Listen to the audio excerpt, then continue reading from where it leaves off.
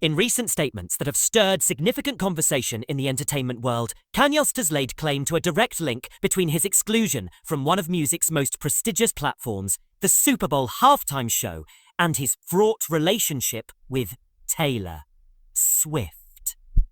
Taylor Swift. The claim, which quickly gained traction after being captured by world star hip-hop from a since-deleted post on X, centers on West's assertion that a series of controversial moments, including an incident involving Taylor Swift, have effectively barred him from this coveted performance opportunity.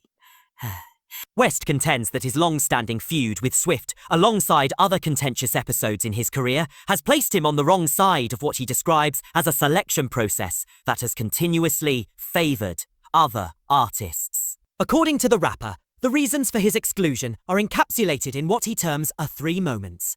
The widely publicised statement that George Bush don't care about black people, the incident now known as the Taylor Swift movement moment, and the provocative act of wearing a MAGA hat. He insists that these instances, combined with being labelled as someone ahead of his time, have systematically kept him out of the limelight in arenas such as the Super Bowl halftime show. Or, taking a historical perspective, the roots of this highly publicised discord can be traced back to the dramatic events of the 2009 MTV Video Music Awards. On that fateful night at Radio City Music Hall in New York City, Kanye West interrupted the then 19-year-old Taylor Swift's acceptance speech for Best Female Video for You Belong With Me. In a move that would become infamous, West's interjection, accompanied by the words, "Yo, Taylor, I'm really happy for you. I'ma let you finish, but Beyoncé had one of the best videos of all time," sparked immediate controversy and set the stage for years of public and media scrutiny. While it appeared that both artists had managed to navigate their way past that turbulent moment in the years that followed, the tensions resurfaced with renewed intensity with the release of Kanye's 2016 track of Famous. That song reintroduced the feud to the public, as West claimed that Swift had, in fact, given him permission to use a derogatory term in reference to her. Taylor Swift, however, refuted this claim, asserting that no such consent had ever been granted. The dispute escalated further when a recorded phone conversation between the two was leaked. In the conversation, Kim Kardashian, West's former partner, was implicated as making a snide remark that compared Swift to a snake. Subsequent leaks and edited recordings suggested that while West had broached the subject of controversial lyrics, there was never any discussion of using a derogatory slur. Nor did he claim he had attributed the moment of making Swift a famous. Nonetheless, the fallout from these revelations deepened the rift, cementing the feud as a central narrative in both artists' public personas. Amid the fallout, industry dynamics have shifted. Since the NFL entered into a live music partnership with Rock Nation in 2019, the decision-making power for the Super Bowl halftime show has largely rested with Jay-Z. However, the relationship between Jay-Z and Kanye West has deteriorated significantly over the years.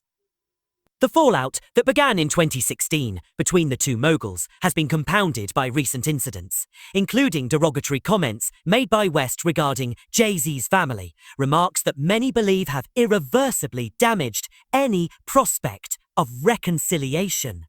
This interpersonal discord, combined with West's own unfiltered behaviour, such as his controversial and offensive remarks that questioned the mental capacities of Jay-Z and Beyoncé's children, has only further isolated him from key industry influencers and potentially pivotal opportunities. Parallel to the controversy surrounding West's claims, emerging discussions in the media are also focusing on Taylor Swift's own potential to headline the Super Bowl halftime show. Despite never having performed at this iconic event, Swift, reportedly, has the full support of Jay-Z in the matter. Over the years, Swift and Jay-Z have cultivated a friendly relationship, frequently seen celebrating each other's successes. A recent instance of their camaraderie was captured when the two were photographed toasting after Beyoncé clinched Album of the Year at the 2025 Grammy Awards, reinforcing the notion that Swift could be viewed as a natural candidate for the halftime stage. Notably, sources familiar with the situation have indicated that Swift's decision to take on the Super Bowl may be contingent upon her personal life. particularly her relationship with Kansas City Chiefs tight end Travis Kelce. According to an insider, Swift is strategically choosing to wait until Kelce's football career concludes before she commits to performing at one of the world's biggest sporting events. The logic, as relayed by those close to the matter, is that Swift prefers to attend and support Kelce's games rather than divide her focus with a performance. This approach would ensure that she, along with her loved ones, can fully participate in the festivities at the game, unhindered by the demands of a high-profile musical performance. The scrutiny extends further into the operational minutiae of celebrity endorsements and sponsorship deals. Prior to her relationship with Kelce, Swift reportedly never had the opportunity to headline the halftime show, in part because the event was long associated with Pepsi, a sponsor with whom she did not have an established partnership. Swift's enduring association with Coke has been cited by insiders as a significant factor in her previous exclusion from the event, suggesting that the sponsorship dynamics played a non-negligible role in shaping the performer selection. Beyond the professional implications and scheduling considerations, the long-standing feud has exerted a profound personal toll on both artists.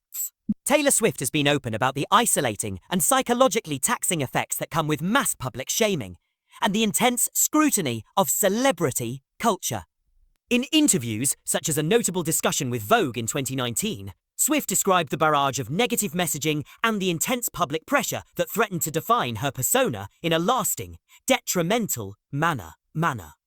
This candid reflection on her personal struggles has resonated with many, highlighting the extent to which these high-profile conflicts transcend mere public relations battles, impacting the mental health of those involved. In stark contrast, Kanye West's recent forays into inflammatory rhetoric have further complicated his public image.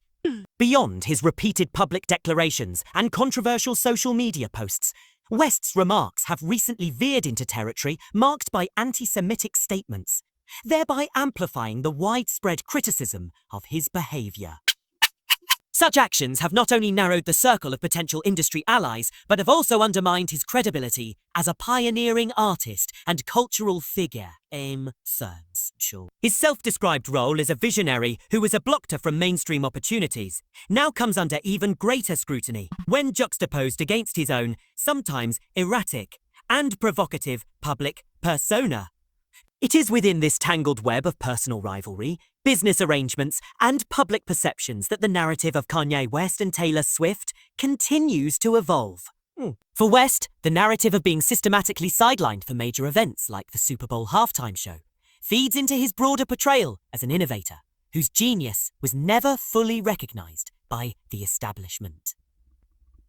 For Swift, who has weathered personal and professional storms with resilience, the prospect of a Super Bowl performance remains a tantalizing opportunity, one that is deeply intertwined with both her artistic vision and her personal priorities. As the investigation into these high-profile controversies unfolds, it is clear that both West and Swift remain emblematic of broader cultural dialogues about fame, artistic expression, and the sometimes perilous intersection of personal relationships and professional opportunities. For Kanye West, the claim that his long-standing feud with Taylor Swift has cost him a marquee performance is a stark reminder of how personal conflicts can have lasting professional repercussions. For Taylor Swift, the calculated decision to delay any potential Super Bowl appearance until her personal priorities, most notably her support for Travis Kelce, are fully met, underscores the complex interplay between personal life and public performance in the modern era of celebrity. Looking forward, the implications of these controversies are likely to reverberate far beyond a single event. The Super Bowl halftime show, renowned for its cultural significance and the illustrious list of performers it has attracted in the past, will continue to serve as a battleground where the competing narratives of legacy, loyalty, and creative expression are played out. The involvement of industry titans such as Jay-Z, whose influence extends well into the operational core of these decisions, further ensures that every twist in this saga is laden with broader industry implications.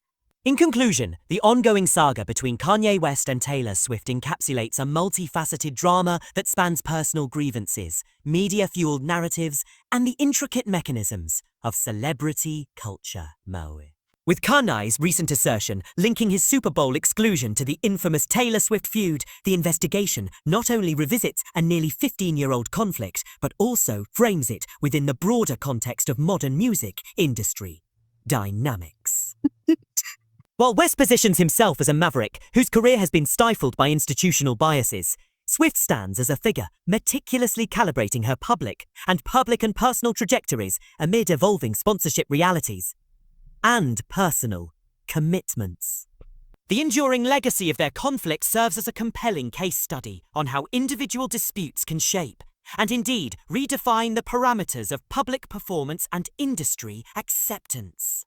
This report thus leaves us with a nuanced portrayal of a conflict that, while deeply personal, resonates with far-reaching implications for the entertainment industry at large. Both Kanye West and Taylor Swift, through their actions and choices, continue to influence not just the world of music, but also the broader cultural narrative, revealing how the lines between artistic genius and personal vendetta are often inextricably blurred.